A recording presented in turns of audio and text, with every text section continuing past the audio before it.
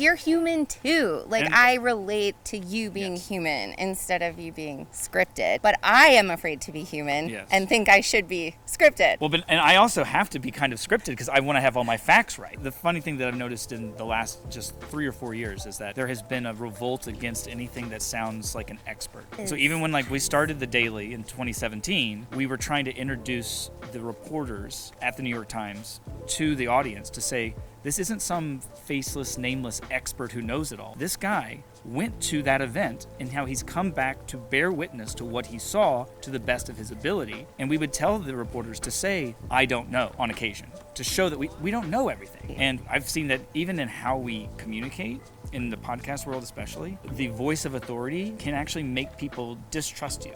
That they want something that's a little more rambly, that has the cadence of conversation, that on occasion loses its way and goes, I'm sorry, let's go back to where I don't even know how we ended up here. People go, well, this guy's being real. You're human too. I relate to you being human instead of you being scripted. But I am afraid to be human and think I should be scripted. Well, and I also have to be kind of scripted because I want to have all my facts right.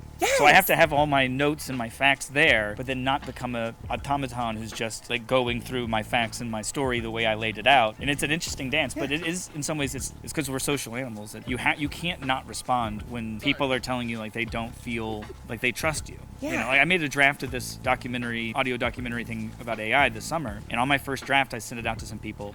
I'm I don't know why. I feel like I don't trust you guys. And I know that you know your stuff, and it was because we were so scripted and so polished. And so we did a new draft where I'm okay, throw out the script. I know it off the top of my head. And we'll fact check it later to make sure it's all right. But I'll just talk like a normal person. And then we send it out to test audiences. And they're I love this story. They didn't even notice me. They forgot that I was even there. They were lost in the story as they should be. Which is awesome. I think journalism and being a therapist probably aligns with those industry standards of you have these standards, you're expected to perform in a certain way or show up in a certain way and be unbiased, which makes it very hard to be authentic when you need to. And so I think pulling that out of me where it's, I could go with figures and facts and, I'm a great mental health clinician, or I'm human and you're human and you're not going to relate to these facts. You're going to relate to real stories.